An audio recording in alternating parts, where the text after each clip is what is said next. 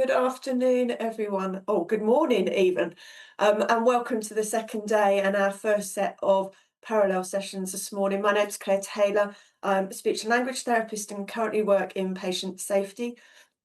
We've got a session now looking at workforce, and we have two colleagues presenting. We have Dr. Sophie Willis, who is presenting on two pieces of work focusing around developing services and pathways with the rural economies, and then Rhiannon, who's talking about the development of fees.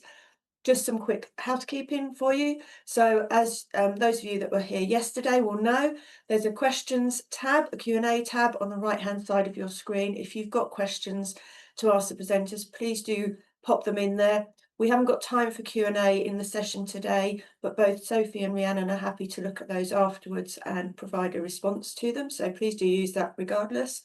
There's the chat tab, so please add comments there. It's really good. But if you want a question answered, don't put it in that tab because it won't be looked at for that purpose. Obviously, be kind to one another and each other. I think we're pretty good at that as a profession. All the sessions are recorded. And please also use the feedback tab. It's really useful for all presenters. I'm sure Sophie and Rhiannon will appreciate it at the end to have some feedback on their presentations and what you felt has been particularly useful. And as always, points mean prizes. There is a secret code at the end of the session, so please do use that and log it in your challenge hub to keep the challenge going. Other than that, I'm going to hand over to Dr. Sophie Willis now, who is going to be talking about recruiting for rural impact. Thank you ever so much, Sophie. Looking forward to hearing what you have to bring. Great. Thanks very much, Claire, for the introduction, and good morning to everyone, and thank you so much for joining the session. Just before I begin, I just wanted to acknowledge that the project was itself funded by NHS England and delivered in partnership with the University of Lincoln, Anglia Ruskin University, and colleagues across multiple ICSs as well. And I think I can't go any further without a huge thanks to the fantastic research team that are listed there on the screen. But most importantly, and we're going to come on to this, to the clinicians, to the managers, the service leads, who really generously shared their experiences and their insights. And that's really what I wanted to be able to share back with yourselves today. And hopefully some of this will resonate with the context that you find yourselves working in, but also the opportunities that we have in terms of driving forward not only speech and language therapy in terms of the workforce, but more globally thinking about the whole AHP workforce. Many of you will know we've also, alongside the work that we've been doing around recruitment, been analysing retention. So I'm going to focus first of all on looking at this through a lens in terms of not just about why people leave, but I think really importantly for all of us, why people might come and join our services. I think crucially though, understanding why so many choose not to, and particularly within rural and coastal areas. So recruitment still fails. One of the clearest findings from our particular study was that we do still see persistent rural vacancies. These rarely reflect a lack of interest in the speech and language profession or any of the other AHP professions. It's seldom about the individual job. What actually the research has found is that they often reflect the conditions surrounding it. So we engage with multiple people across our research, and I think some of the really consistent things that we heard in terms of barriers were around unaffordable housing or unavailable housing, long travel distances, often with very limited or no public transport availability, challenges around progression and specialist development opportunities for people to then grow within their careers, and also, importantly for people, uprooting entire families to move to a new geographical region. So I think the key underpinning message in the research that we undertook was really quite stark, that it's not about visibility of a lot of the opportunities and vacancies that there are in both rural and coastal localities. It's often a problem around viability for individuals of taking up those opportunities.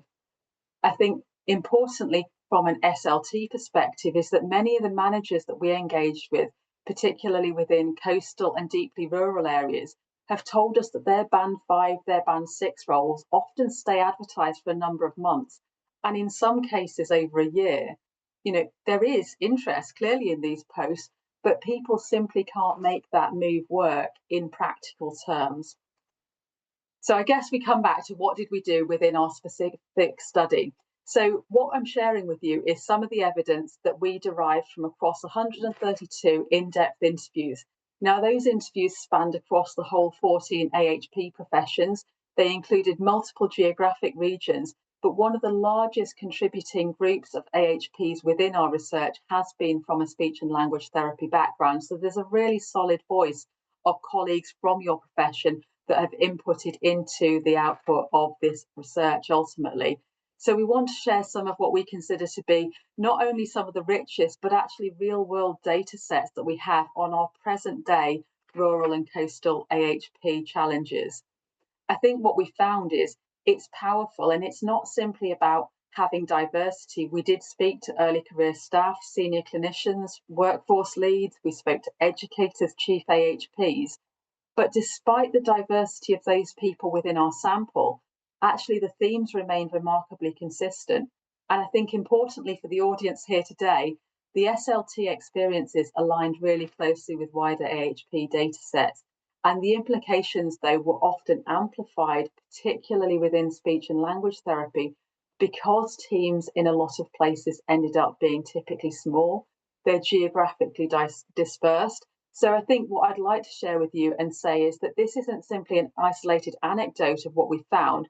There are patterns that repeat across multiple areas within England, and some of those may resonate with colleagues here, both live today and listening to perhaps the recordings. So one of the key things for us was thinking about what happens with early career clinicians. Where do they go from rural and coastal backgrounds? We know that they are significantly more likely to return to where they're from, and they are far more likely to stay within those geographical areas of rural and coastal England because they already understand the geography, they're aware of some of the travel constraints, but they also appreciate the community dynamics and they've often got really embedded social family roots that anchor them into those geographical regions. But what does this mean from a policy perspective? Actually, we need to think about genuine investment. How do we take what we know, some of it anecdotally, clearly from the research I'm presenting today, how do we then invest in our grow your own models? Things that we need are clearly things around consistent outreach in rural schools and colleges, things around placement capacity, thinking about how we offer those opportunities but don't require really significant travel distances to individually because we know that they're barriers. Investment in terms of bursaries that tackle some of those financial inequalities of rural life and actually realistic supportive pathways through the profession. And what the participants in this study continually told us was that these aren't optional extras. These are some of what they consider to be the most powerful levers. And if we want to get a more sustainable rural workforce pipeline, these are some of the investments that we're going to need. Another key thing for us was around perception. Rural posts are often unintentionally framed as a less than, lower banding, fewer opportunities, and less specialism. That perception significantly increases or influences the rate at which recruitment might take place within some of our rural and coastal areas, particularly for those individuals who are looking to qualify from student posts, early career clinicians who haven't necessarily previously experienced living or working within rural and coastal practice itself. That all sounds quite negative. I think one of the really rewarding things was that when we actually spoke to the clinicians within this study, the ones that were specifically working within those roles, they also described something quite different to that perception. They talked about genuine autonomy, a broader scope of practice, the ability to deliver care holistically, and also having deeper relationships, not just with the families that they knew there, but actually with the whole community and actually having a strong sense of making a visible difference to patients and therefore to communities and seeing that as being really rewarding. So I think what I would say to you is it was really heartening that what we found within our research is that rural practice for a lot of those individuals working there isn't a compromise. It's actually a form of practice that's rich, it's relational, and actually it's extraordinarily skilled. And it isn't the story that's being told well enough, particularly within our recruitment materials and how we attract people into those posts. But AHPs rarely move alone. The decision to move almost always involves partners, children, caring responsibilities, schooling, broader family networks. And so, if we're to be really successful in our future recruitment strategies in rural and coastal areas, we need to look at things differently. We've got to think about how we can help our future workforce, our future pipeline. How do they navigate housing challenges? How do we signpost to employment for spouses, for dependents? How do we think about giving access or signposting to guidance on schools and childcares? What do we do in terms of community introduction schemes that go beyond just the organisation to thinking about how people can really make a meaningful life for themselves in those rural and coastal areas? I think what I want to impress is it's not just enough to attract clinicians. We've got to create conditions where whole families can see themselves thriving together. The other thing that came through was actually we need marketing that's built on reality, not just rhetoric. This is something that came through really strongly from a lot of our participants at various different levels or stages within their careers. Clinicians said they were tired of romanticised campaigns, the drone footage, the empty beaches, the sunlit fields. Of course, they're beautiful, but they don't tell people whether they'll have childcare, whether they'll have colleagues. Is there going to be supervision to support them? Is there somewhere affordable to live? And what came through for us is that authenticity really, really matters.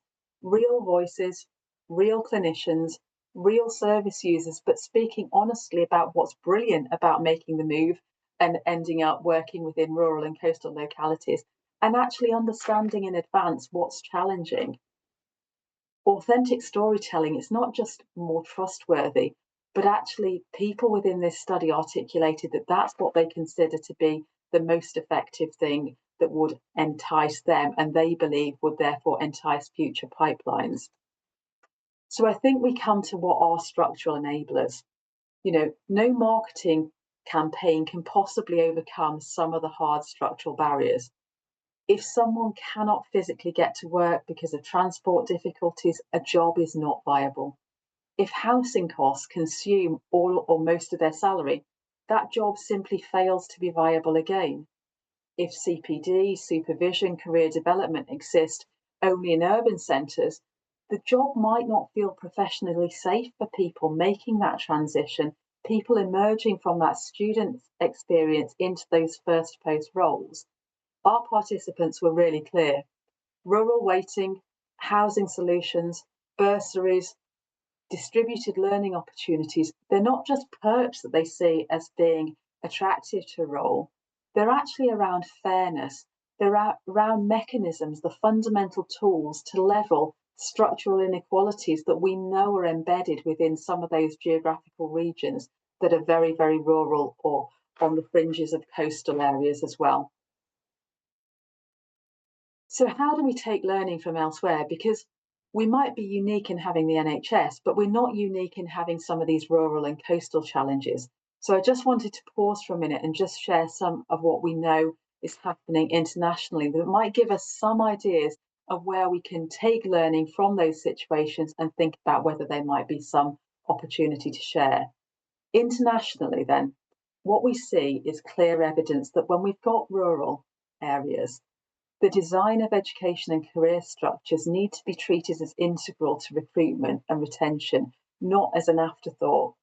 If we take Australia, their rural generalist pathway offers structured, competency based progression that's tailored very specifically to those individuals working within rural areas.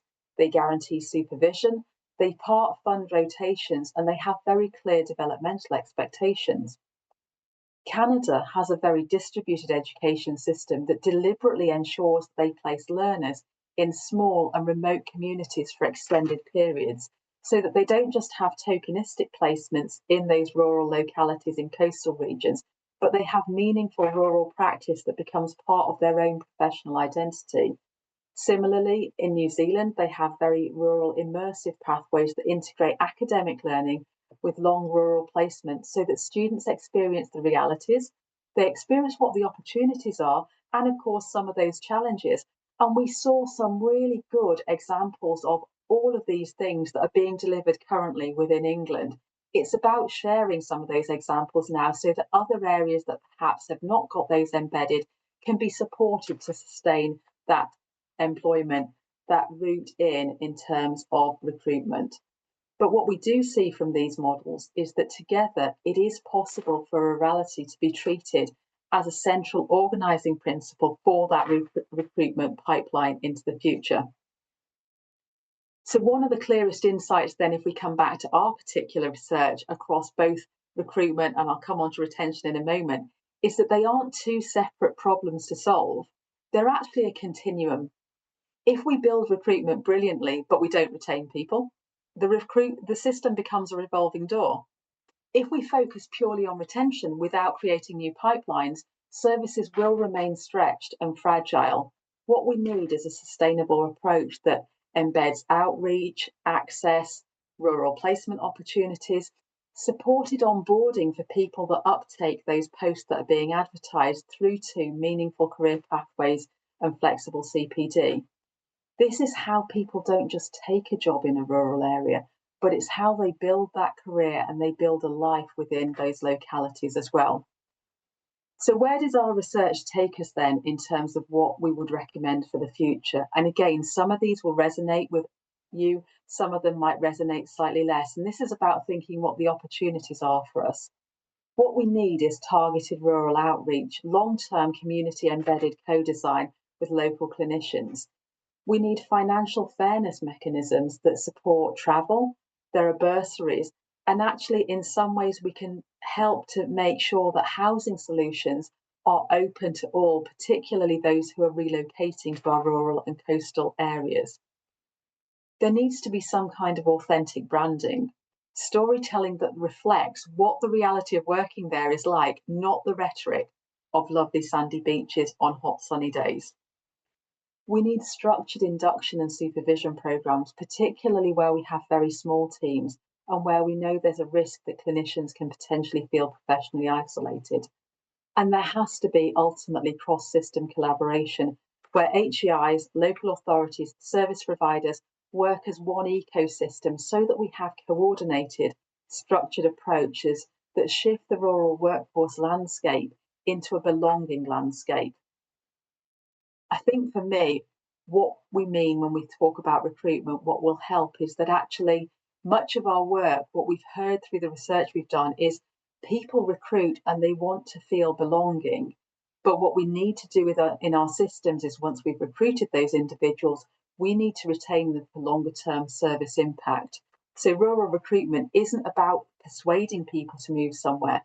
It's about creating opportunities that are credible, connected, and compassionate, and where people can genuinely see themselves thriving. And I think this is a really good point to pick up on in terms of what does that mean around retention. Retention does present more challenges, but retention is where there are the most opportunities for that system sustainability, for services to not fail individuals in rural areas, in coastal areas, for services to not quietly be rationed or stopped altogether. And I think this is where, as a community, both within speech and language therapy, but also in terms of the wider AHP family, we need to think about our rural and coastal services, what drives them, and what system and conditions can truly make a difference. And so the second part of what we wanted to share with you today through our work that we've done in collaboration with ARU is really to thank those people who have shaped what we're about to share with you, but to now focus on, okay, so once we've got that pipeline, how do we sustain that for the future? It's really stark. We know that rural and coastal England continues to face some of the most severe and persistent AHP shortages in the country. They're often double the national average vacancy rates. It's not just about geography, but it's also about system design, right from that very first inception of posts through to thinking about the teams that people will integrate into, the dispersed caseloads, long travel distances, seasonal population demands in a lot of areas, limited specialist services. How do we really make sure that our speech and language therapies can thrive in such often hostile environments? Because we know that if we don't work at this, the consequences for communities are profound. That continuity of service is lost. The mentoring capacity for our professionals as they move through their careers disappears. Clinical risk increases, and most significantly, health inequalities will continue to widen. So retention shouldn't be a peripheral workforce issue. It's absolutely crucial. It's central to everything with regard to equality, safety, and quality within rural and coastal areas. So, why does retention matter? It matters because if we don't get it correct, people can feel unsafe. People don't feel valued. People don't feel connected, and people don't feel supported, and therefore they don't stay within their roles. It has a devastating effect on people in terms of the lives that they've tried to build in relocating often to rural and coastal areas. But most importantly, it undermines the communities that they're there to serve in terms of providing those services. So as you know, the insights that we've got here have been drawn from a number of different professionals. But I think the focus that I wanted to give you for the second part of this presentation is really on what we heard from speech and language therapy. So whilst we did conduct 132 AHP interviews, I want to drill down into what we heard particularly around retention from our speech and language therapy participants. One of the strongest determinations around retention we heard from our participants was this idea of belonging, where AHPs felt part of a professional community or even a small geographically dispersed one. They stayed. Where they felt isolated, invisible, and professionally disconnected, they left. Isolation wasn't often described as a personal feeling, it was often described as an outcome of the structures that they were working within. Things around lone working, small teams, limited supervision, distances between sites where they might be working or based, difficulty accessing CPD. But we also heard really positive examples. We heard powerful examples of how services were creating belonging with digital supervision groups, with virtual peer networks, with interprofessional communities of practice and region-wide AHP hubs. And where these existed, practitioners described feeling part of something much bigger than just their geography. One of the most compelling insights that we heard from our SLT participants was really around role flexibility. And again, this may well resonate with people who are here today. One example from our study was a clinician that was talking about living in a deeply rural area, and the service redesigned supervision so that she could join remotely. She stayed in her role for years, long beyond where she'd originally planned. And I think her words, in terms of what she said to us, really capture something important for me. She said it wasn't about working less, it was about being able to work more sustainably as a result of that support. So flexibility isn't around necessarily reducing productivity, It's about enabling people like that practitioner to thrive. Things like remote supervision, hybrid CPD access, adjusted travel expectations, thoughtfully restoring and making people feel valued is absolutely fundamentally key to us retaining our workforces. What do we do if we don't feel valued? If someone wants to work from home one day a week and we can be flexible, they're more likely to stay. That's what some of our managers with a speech and language therapy background told us. Having regular check-ins with their manager, be that remotely, adapting rotas around caring responsibility, recognising time for administration, reducing the risk of burnout, and little things like saying thank you. Where we saw patterns of those emerging within services, people very clearly articulated that they felt seen and that they would stay within those roles. One of the most structural drivers, though, in terms of attrition was around the lack of visible career pathways. A lot of the speech and language therapy colleagues that we spoke to described a band 7 ceiling, limited specialist roles, few advanced practice opportunities, very small leadership structures.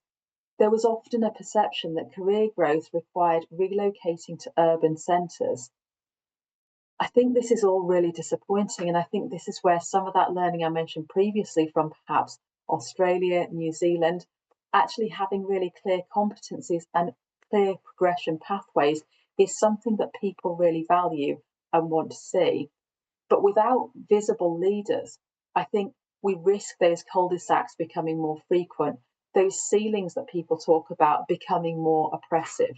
So leadership really does matter.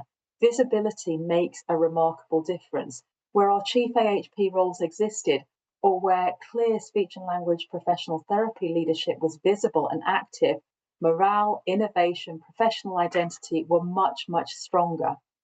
In small speech and language therapy teams, this was really, really significant. It mattered to participants enormously because without the professional leadership, the speech and language therapists that we engaged with reported that they actually felt marginalised within much larger services. With leadership, they describe feeling valued. They describe feeling connected to the wider profession as well.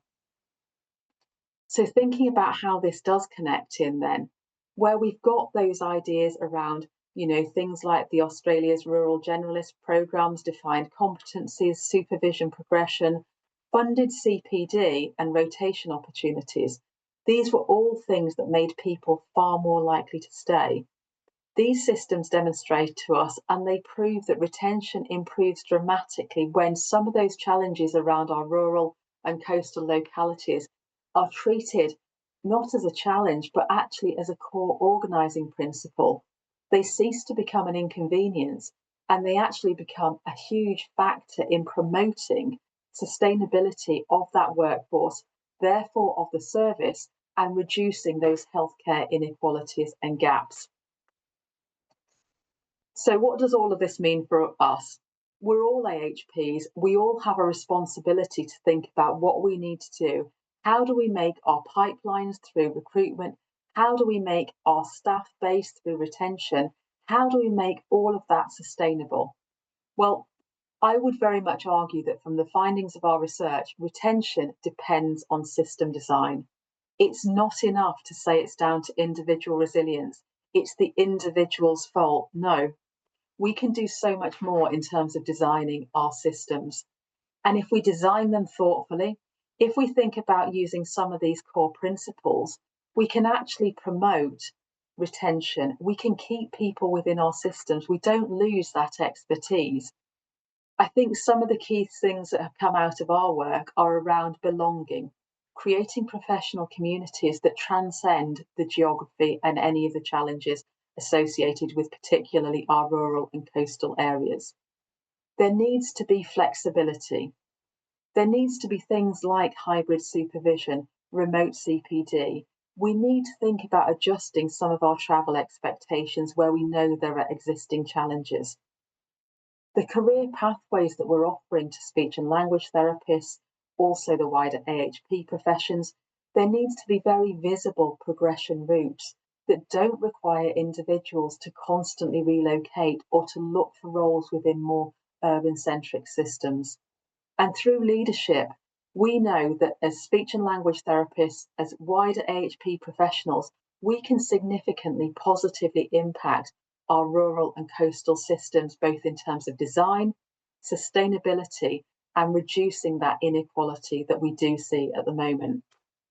So if we treat retention with the same urgency and the same strategic investment as recruitment, the rural workforce picture in England would look fundamentally different. We have an opportunity to make that difference, and it's about how we can work collaboratively both within the profession and without the profession in terms of the wider AHP community to make that fundamental difference. So the last thing that I'm going to say in terms of our study is if you feel you belong, it's clear from our research, people will stay. Retention shouldn't be about us persuading people to cope with some of the challenges that they face in rural and coastal areas. It's about us designing systems where people can thrive. It's about us making that difference. And we have that opportunity to make that difference. So on behalf of everybody involved in our research, and particularly our research team, both at the University of Lincoln and Anglia Ruskin University, thank you so much for the opportunity to be here today. Thank you to NHS England for their kind funding. And hopefully there's some food for thought there, but also to share some of that great practice that we did hear about, because there are pockets of awesome practice. And I think it's really important that we do continue to share those. I'll hand back to Claire now, but thank you very much. And if there are any questions, I'll pick those up separately. Thank you. Thank you so much, Sophie. Really fascinating, and I have to say quite a lot that resonated with me as someone that moved from Essex to rural Norfolk 20 years ago, and haven't looked back. So really useful, thank you. And do add questions, and Sophie will take a look at those afterwards. I'm now going to hand over to Rhiannon Halfpenny, who's going to talk to us about developing a paediatric fees supervision service and collaboratively. So thank you very much, Rhiannon. Over to you.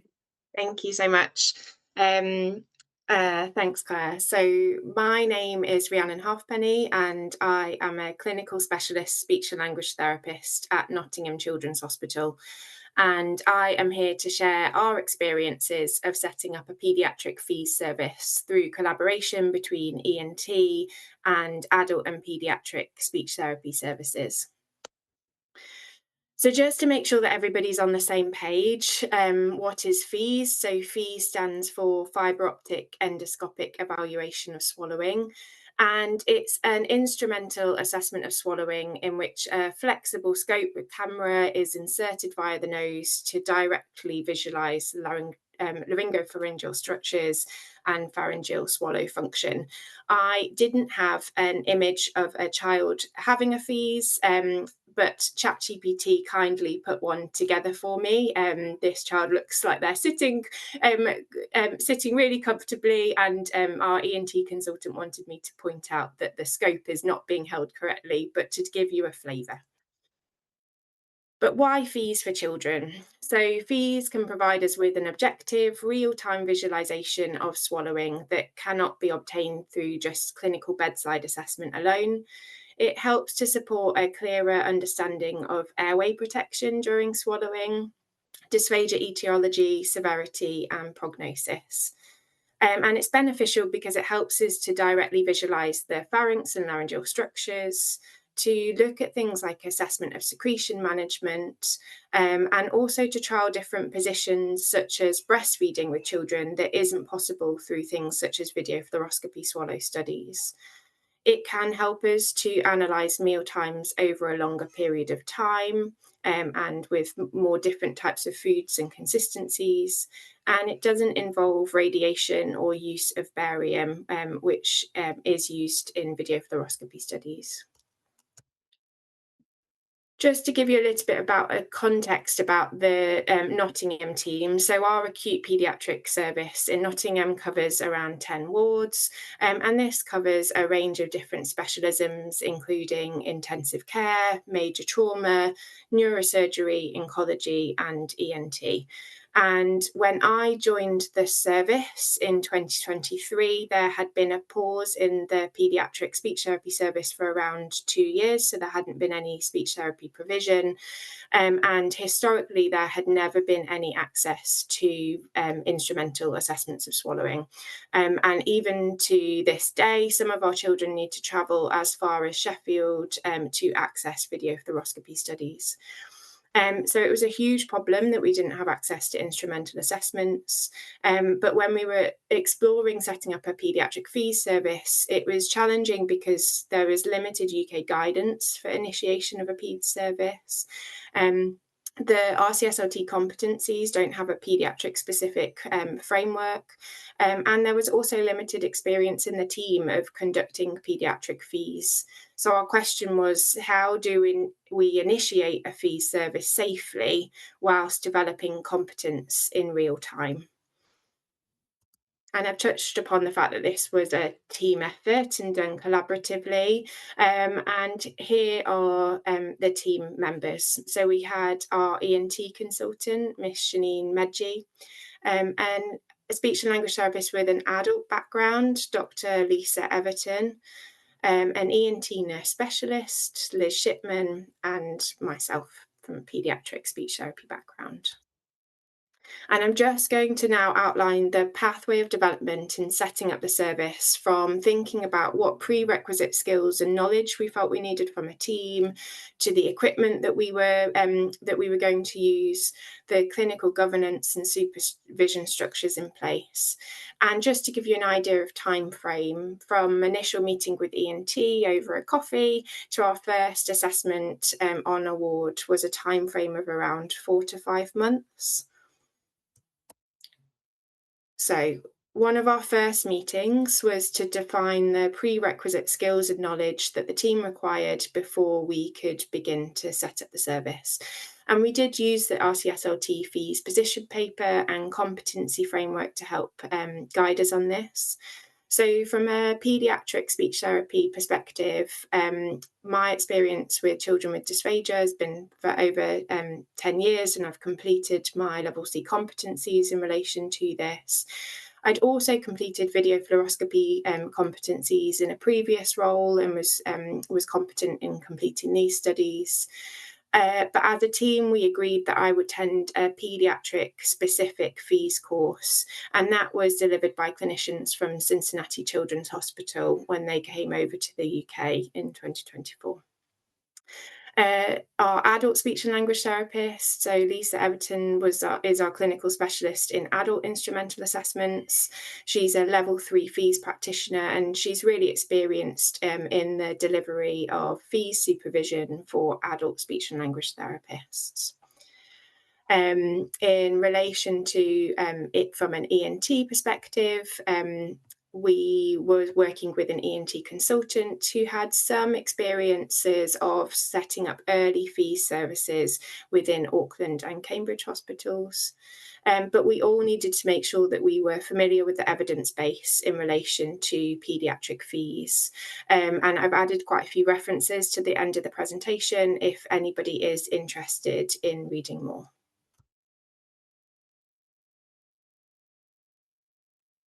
So from an equipment perspective, we set up our fee service using the equipment that ENT were already using to conduct FNEs with children on the wards. We weren't able to use the adult speech and language therapy stack and scopes as children need smaller diameter scopes. So the ENT department had access to a 2.2 millimeter VA thin scope, which has been affectionately coined by Shanine and now the wider Children's Hospital as the Barbie scope because it is pink, and also a 2.7 millimeter paediatric ambu scope. We did have access to a larger reusable Stores bronchoscope in ENT, but it was not possible or feasible to use this on the wards. So we have found that the ability to move the equipment around has been really useful. We made sure that all of the images captured were able to be recorded and stored for frame-by-frame analysis and review at a later date if needed. And we used a piece of software called Canovia, which the adult speech and language therapy team already had access to allow us to complete frame-by-frame analysis. In terms of clinical criteria and documentation, we developed patient selection using clear inclusion and exclusion criteria, and this was based on the prerequisite knowledge and skills we had developed at the start of the process. And at the start of the service development, we excluded children who we felt were unlikely to tolerate the procedure to allow us to get some good success with the procedure and develop some momentum. We also set up a standardised documentation for assessment of laryngeal structures and secretions, and this was used during the procedure to help standardise the assessment, but it was also really a valuable tool to help support discussions with ENT immediately post-procedure in case there were any ENT diagnoses needed to be made. And we outlined where information would be stored and documented in the longer term, and set up a separate storage drive for images before we started delivering assessments. During the fees procedure, each team member had a clearly defined role in which we outlined beforehand. So from a speech and language therapy perspective, we were acting as the assessing clinicians, analysing swallow function in real time and guiding decisions on positioning, consistencies and adaptations. Lisa, from her adult and fees background, was present for support and supervision of the paediatric speech and language therapist, but also to guide the whole team in relation to specific protocols relating to fees assessment, for example, the position of the scope and pre and post swallowing to support best images. The ENT consultant role, they acted as the endoscopist for all studies. So they were scoping the child and obtaining good images. They also supported overall risk assessment and consent discussions as a team and with the families, and were there to provide airway diagnoses immediately post the study if needed.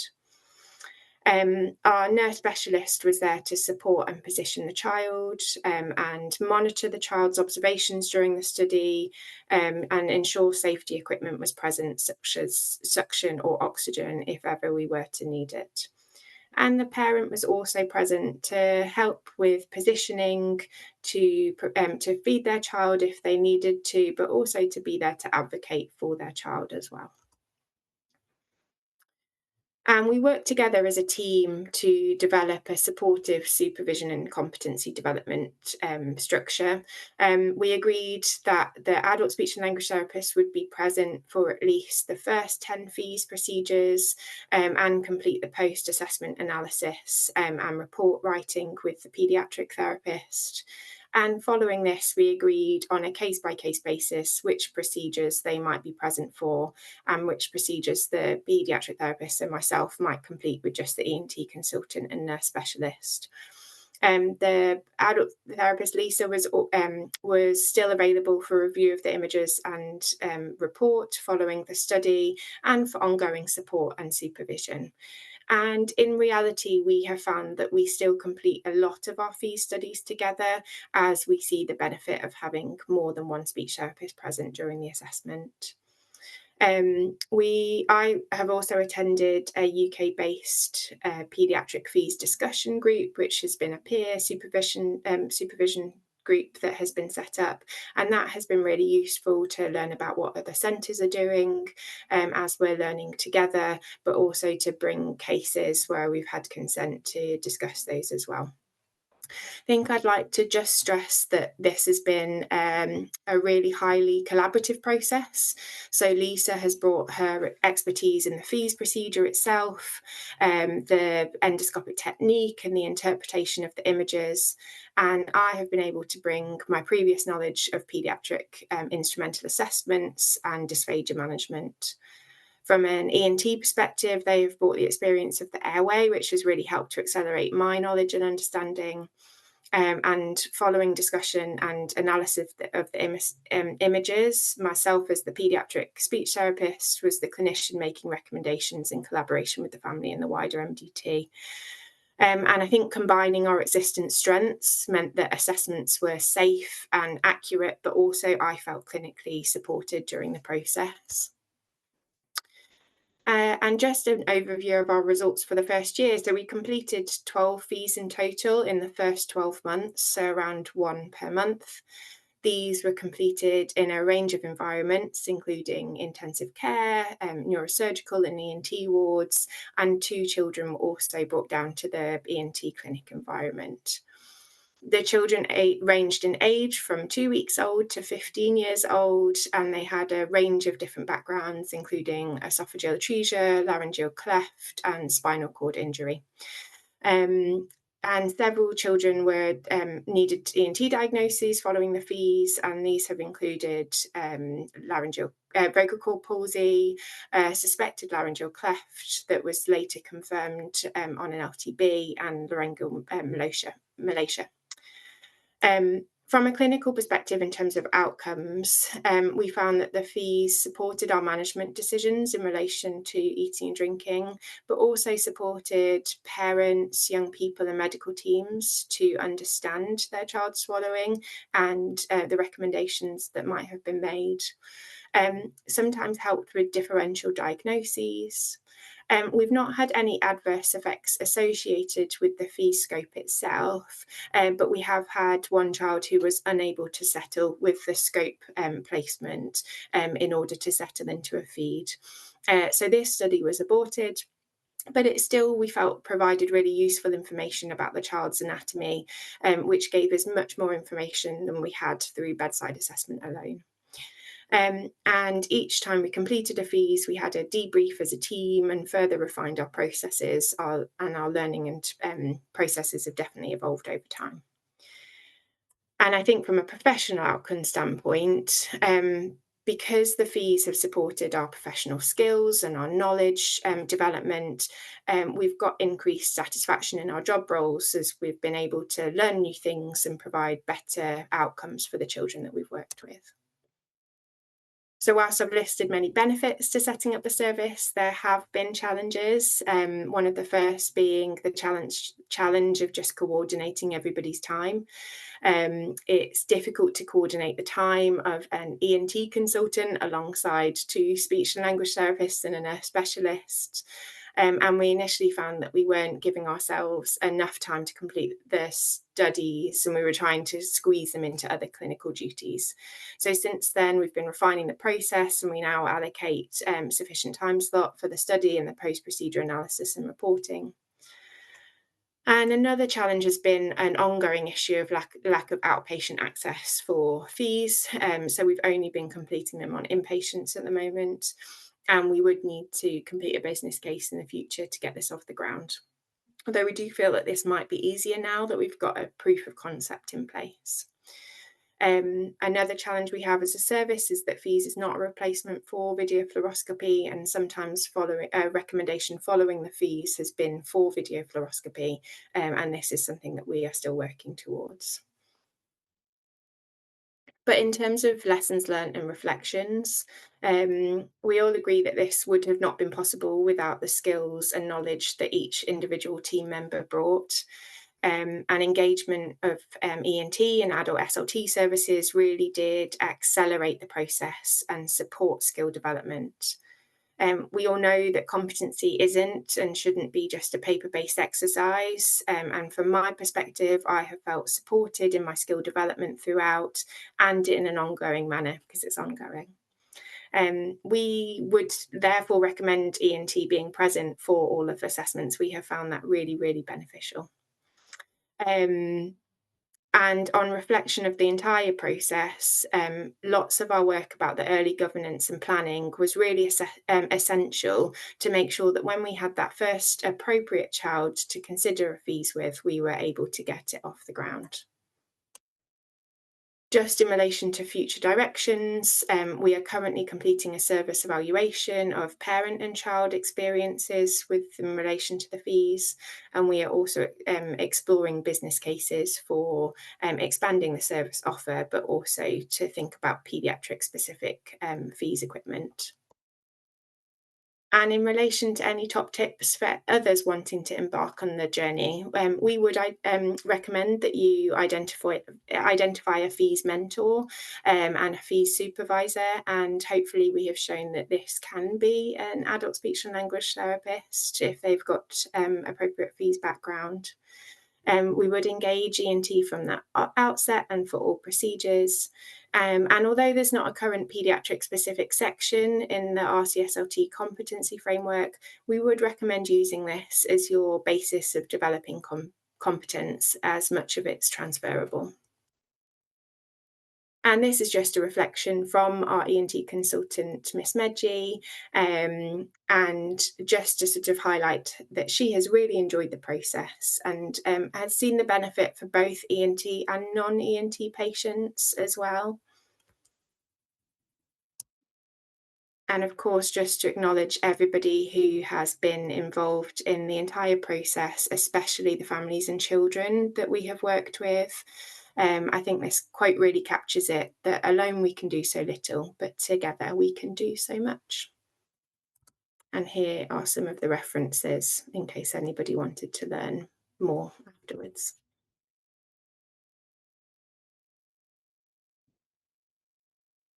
Thank you so much, Rhiannon. Really interesting to hear it right from start to being an established service, although I'm sure it feels like there's still lots of development in progress for it as well. Really interesting. Thank you very much. We've got a couple of minutes, so I'm just going to look to Rhiannon and Sophie and just see if you're happy to take one question each, if that's all right. Thank you for the thumbs up, Sophie, and the nod, Rhiannon, in the background. Rhiannon, there's just a question that's come through around, is there anything that you would do differently if you had to do it all again and start from scratch? Is there something where you'd go, you know, that bit just we would have, yeah, done differently? I think as time has gone on, I have also been attending some of the adult fees procedures, and I think I would have potentially done a few more of those first before going and just starting the process. I think my experience from a video fluoroscopy background was so valuable in terms of having that understanding of children in an instrumental assessment environment and being able to sort of adapt things as we go. But I think it would have been really useful for me and the team, including ENT, to have come along to some of the adult fees, just in terms of thinking about scope placement and those sorts of things that we have definitely honed over time as our teamwork has improved and our relationships with each other have sort of gone from strength to strength. We now feel sort of more able to direct each other during the entire fees procedure. So definitely would have done that. Brilliant, thank you. And that actually ties in with one of the other questions around what's the best way to get experience in fees? And I think from what you're saying, part of that is around shadowing and I learning think from others. part of that is about shadowing, about talking to others. And I think some of it was because we had that sort of shared knowledge from different areas of our practice. I think some of it was then about starting and about sort of reaching out to other centres who are already completing paediatric fees so that we can all learn together. And I think that's something we're quite good at as a profession very often as well. So, Sophie, I'm just going to ask you one follow-up question as well, if that's all right, which is a bit of interesting around whether the role of telecare came up in any of your work and whether there were any themes that came out of that or whether that was slightly aside. Yeah, no, definitely. Thanks, Claire. It's a really good question. So telecare did definitely come up, particularly around how can we overcome some of the current challenges with regard to cost-related things that students may incur and trying to get an understanding of those rural pathways. I think one of the concerns is that that makes accessibility for people, it does without a doubt increase it. I think one of the things that we still found is that sense of community, that sense of belonging, if we purely rely on telehealth as a way of a pipeline into speech and language therapy, for example, people are still not experiencing what that rural and coastal area is like. So I think it's in part of the solution, but it's got to be part of a much broader suite of thinking more holistically. And I think the one thing that I would say to people is I think our work throws up a lot of opportunities, but I think what it does throw up is that it's a system-based answer that we need, not just a healthcare answer, that there's a broader sort of societal need to engage more broadly. But I think telehealth, certainly from the point of view of speech and language therapy, definitely was something that we heard practitioners saying is currently one of the solutions. Yes, absolutely. Thank you ever so much, Sophie. Really helpful to hear that and make sure that we don't lose sight of that holistic approach that we need as a profession, but using all of the tools that we've got at our disposal in the best way. I'm going to say thank you very much. Thank you to Sophie and Rhiannon for your presentations, really thought-provoking and really useful. Thank you to everyone who's come to join us for this session. There will, as normal, be the special code at the end that will come up on the screen, so don't forget to log that in the Challenge Hub. And time now, I think, for a bit of a break and some poster sessions before our next live presentations later on. Thank you ever so much, everyone, and see you later. Take care. Bye-bye.